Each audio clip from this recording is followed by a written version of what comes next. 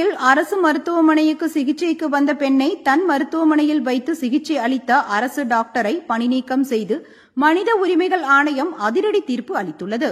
தூத்துக்குடி மாவட்டம் கோவில்பட்டி அருகே இளையரைசேந்தலை சேர்ந்த ராணுவ வீரர் கருப்பசாமியின் மனைவி ஜெயா 2018 தீக்காயத்துடன் கோவில்பட்டி அரசு மருத்துவமனையில் சேர்க்கப்பட்டார். அங்கு அரசு மருத்துவராக பணிபுரிந்த பிரபாகரன் தனது தனியார் மருத்துவமனைக்கு அந்த பெண்ணை அழைத்து சென்று சிகிச்சை அளித்தார்.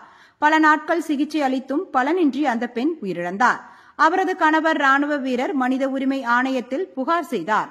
இது தொடர்பாக மனித உரிமைகள் ஆணையம் விசாரணை நடத்தி வந்தது.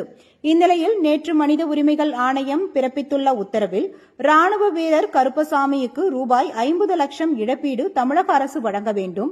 இந்த தொகையை டாக்டர் பிரபாகர் ரூபாய் 40 லட்சமும், டாக்டர் வெங்கடேஸ்வரன் ரூபாய் 2 லட்சமும், ஊழியர்கள் குமரேஸ்வரி, குருலட்சுமி தலா 1 லட்சமும், தமிழக அரசு ரூபாய் 6 லட்சமும் வழங்க வேண்டும்.